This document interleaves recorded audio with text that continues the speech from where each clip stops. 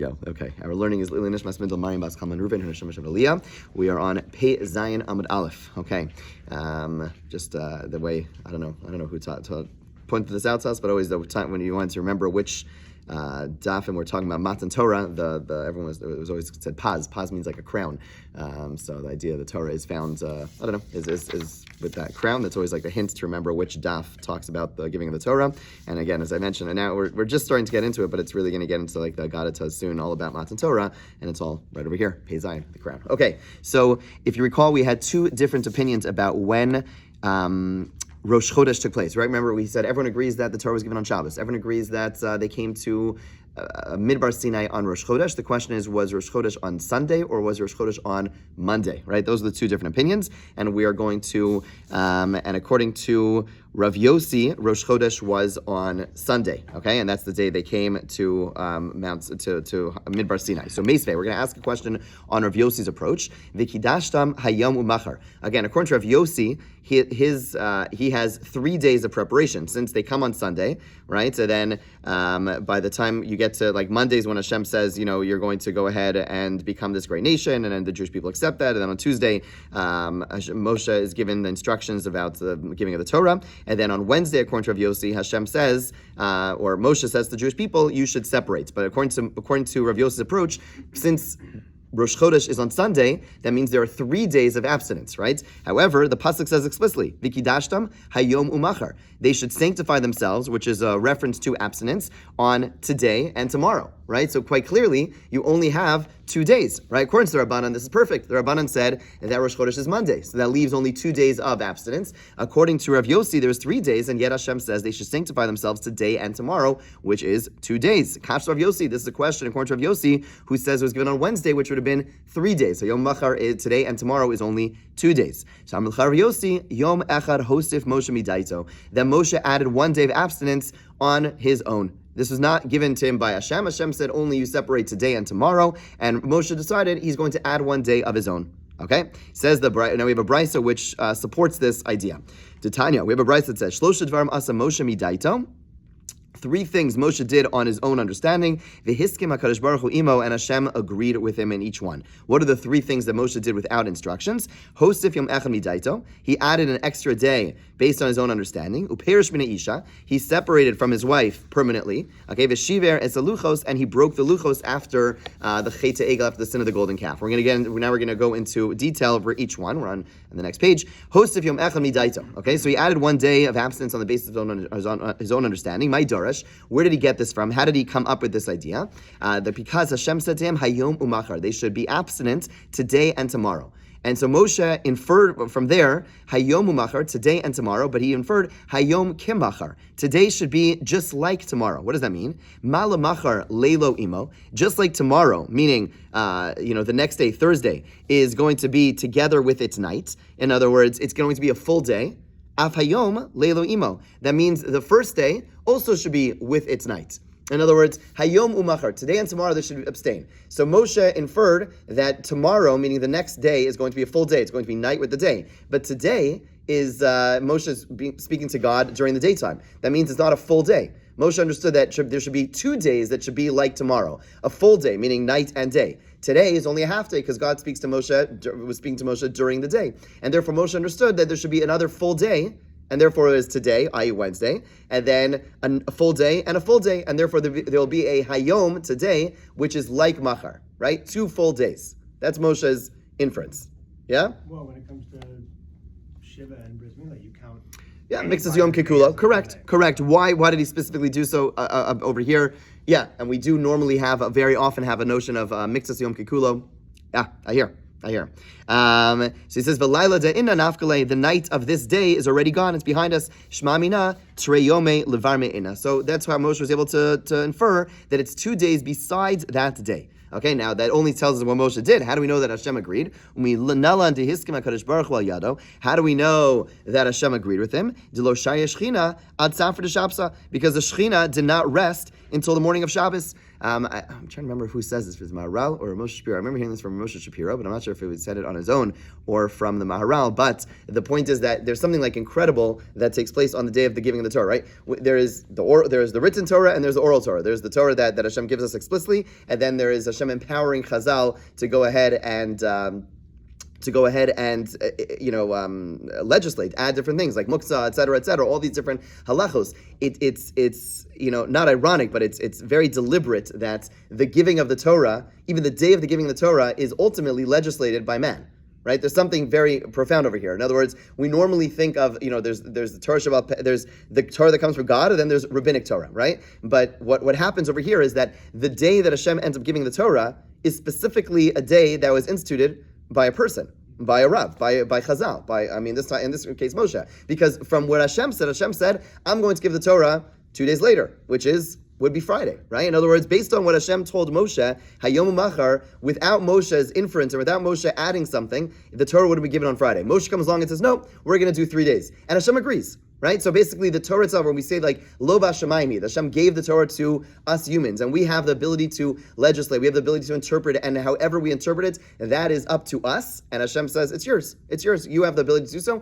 In the giving of the Torah itself, we find that already taking place, right? There's something that Hashem does not come down to Har Sinai until mankind, until Moshe and Chazal and his Beis Din are ready for the giving of the Torah, right? So immediately, even within the giving of the Torah itself, it's already demonstrated that Lo Bashamaymi, Hashem is giving it over to us, and that takes place in the giving of the Torah itself. Okay, now. Why isn't the face of the Torah the mountain being hovered over their heads if they don't want to accept it? Well, I don't know if it flies in the face. We'll come back to we will see that Gemara and we'll interpret what the Gemara means, also based on the Maharal, God willing, when we get there. But we'll get there shortly. Okay, Uperish V'ni Isha. And Moshe separated from his wife. My Darish, what was the source? That again, not that God said anything explicitly, but where did Moshe even have an inkling that he should do so? Nasa kavachomer ba'atzmo. He made a kavachomer. He made a kavachomer. Amar Uma Yisrael. Shlo dibra shchina imahen el achas.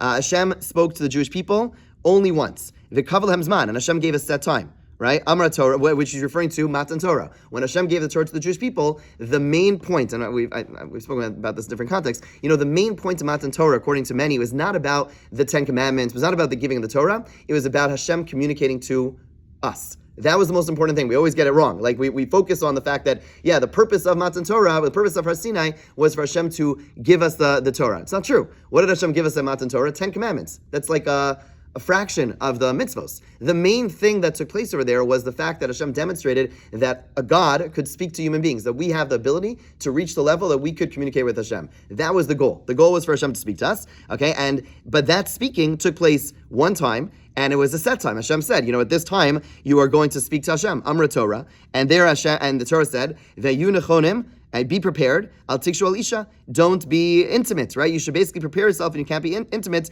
to prepare yourself for that time. Says Moshe, Ani shekol shah v'shah shechina medaberes imi. Me, who at every moment the Shekhinah speaks to me, ve'eno kaveh lizman, and Hashem doesn't set a time, it just happens. Hashem communicates with me at all times. Alachas kama v'kama. For sure, I have to separate from my wife, right? In other words, he understood that whereas the Jewish people had a very set time, and there they had to be prepared. Me, says Moshe, Hashem speaks to all the time. I have to be prepared at all times, and therefore he understood that it was not appropriate for him to be intimate with his wife. Okay, how do we know that Hashem agreed with this thinking? Because the pasuk says, after the giving of the Torah, lech emar lahem, shuvu lachem la'alechem. Everyone go back to your tents. Now your tents is understood as a euphemism. Go back to your spouses. In other words, you were told not to be intimate until now, but now after giving of the Torah, you are allowed to be intimate. It says afterwards, V'ata po amod imadi, and you stand here with me. You, Moshe, you stay here. Implication, you should not go back. So Moshe's thinking was correct. Vista Amri, there are those who say that the proof is from from the words pe al pe adaber bo.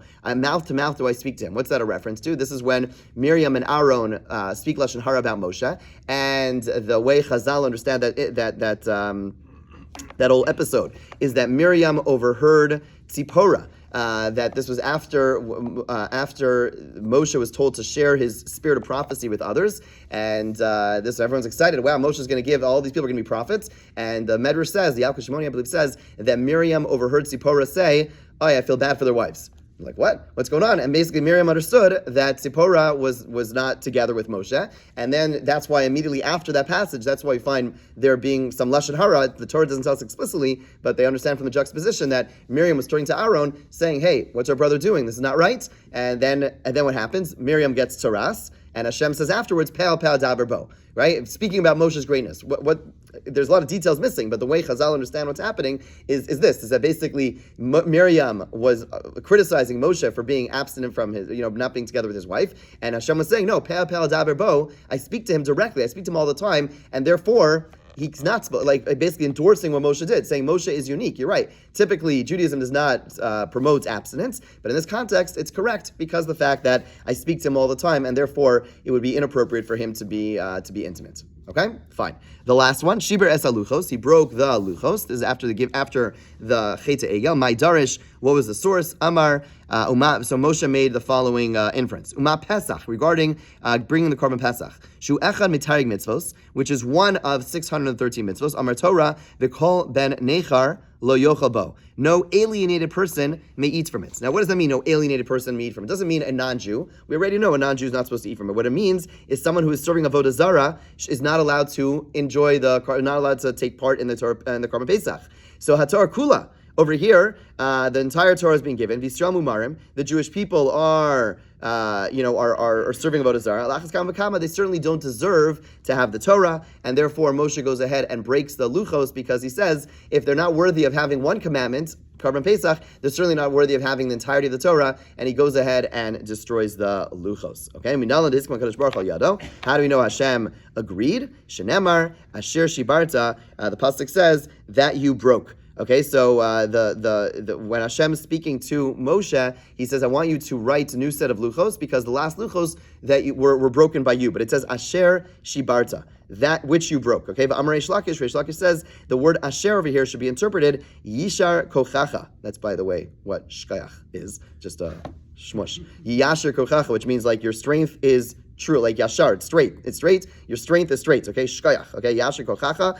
You have like really, probably yekish people. No one's here. Yeah. What's it called? Like you really yekish people say yashar kochacha because that's the right thing to do. But the rest of us should say shkayach. Okay, but that's what it is. Okay, yashar kochacha shibarta. You did right. Your strength shall be true because you broke the tablets, because you broke the luchos. You did the right thing. Okay, so those are the three things. It's interesting. There is a discussion amongst the Rishonim as to whether or not Nevi'im are allowed to do things on their own. This came up in the Haftorah that we actually omitted a few weeks ago in Parshas Pinchas. We switched it because it was the first of the 3 weeks. But Eliyahu Hanavi goes ahead and has the whole episode at Har Carmel, Mount Carmel, where he brings karbanos to Hashem, and he has the showdown between the Nevi'ei Baal and him. Now, there's an issue with that whole entire episode. What is it? And that is that it's during a time where the Beis HaMikdash stood. You were not allowed to bring a karban outside of the Beis HaMikdash when the Beis HaMikdash stands. So what's he doing over there? So some interpret this that some say, no, Hashem told him he should do it, and that's why he did it. There's no explicit mention in the Torah that Hashem told him to do this. And therefore some say that he did this on his own. He did this on his own. Some say that him doing it on his own was a mistake. And others say, no, a Navi has the ability to go ahead and do, just like Moshe, a Navi has the ability to go ahead and make decisions of their own, and we have an obligation to listen to them. And that story of Eliyahu is just one of probably a more extreme example of where a Navi is doing things on his own, and the Nevi'im are empowered to go ahead and decide to do things, even if it's seemingly against the Torah, and that would be, Eliyahu would be one example of that. But some argue that Moshe is an exception. Moshe is unique, but this would not be true for other Nevi'im. Okay, so big debate amongst the Rishonim about this concept. Again, is it limited to Moshe? Is it true for other Nevi'im as well? And okay, yeah. Doesn't Moshe also do his own thing with the Ketores, with the rebellion? Yeah. There's one of the places where. So again, this is so by the Ketores you have a great question. The Ramban over there, has a couple of different options interpreting why he uses the Ketores. And, one of the interpretations, he says, he was actually just bringing the morning Ketores, that the Aaron was just bringing the morning Ketores. They were the ones who were doing something illegal, basically trying to say that he wasn't doing anything that he wasn't commanded, right? And he basically brings in this debate without saying it explicitly. He says, either Hashem told him to do this, right? He gives a couple of explanations. He says, either Hashem told him to do this, just the Torah doesn't record it,